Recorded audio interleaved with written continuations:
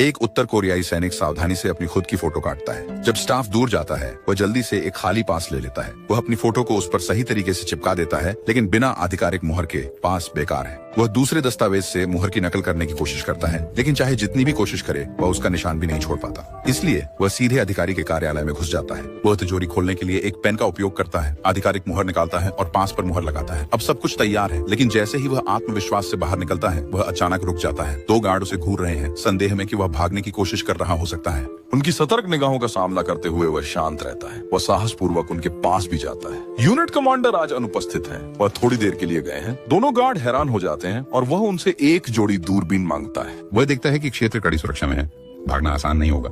मुख्य द्वार से ही बाहर निकलने का एकमात्र रास्ता है। उस समय यूनिट में एक पार्टी चल रही है। सड़क पर नशे में 2 अधिकारी भरे हुए हैं। वह इधर उधर देखता है और एक कार पाता है जिसमें चाबी अभी भी लगी हुई है। दरवाजा खुला है। फिर वो पार्टी से एक यादृच्छिक अधिकारी को चुनता है और उसे कार में बैठने में मदद करता है। गाड़ी चलाते समय वह पहचान से बचने के लिए अपनी टोपी नीचे खींच लेता है। अब अगर वह मुख्य गेट से निकल सके तो वह आजाद हो जाएगा। गार्ड यात्री सीट पर एक कमांडर को देखता है और जल्दी से चेक छोड़कर उन्हें सलामी देता है। वह आदमी पूरी रफ्तार से गाड़ी चलाते हुए बेस को पीछे छोड़ देता है, लेकिन आधे रास्ते में अधिकारी एक खेत में उतर जाता है। जैसे ही वह आदमी दक्षिण कोरिया की ओर गाड़ी चलाता रहता है, वह एक सैन्य काफिले से टकरा जाता है। भले ही वे एक ही पक्ष से हैं, अब वह एक भगोड़ा है और उसे देखा नहीं जा सकता। और भी बुरा, उसका ईंधन लगभग खत्म हो गया है। उसके पास रुकने के अलावा कोई चारा नहीं है। जल्द ही काफिला उसे देख लेता है। वे उसकी कार की ओर पीछे हटने लगते हैं, फिर भी वह शांत रहता है। इंतजार करने के बजाय वो पहले कदम उठाने का फैसला करता है। माफ कीजिए, क्या आपके पास कोई पेट्रोल बचा है? क्या मेरे पास वह पास है?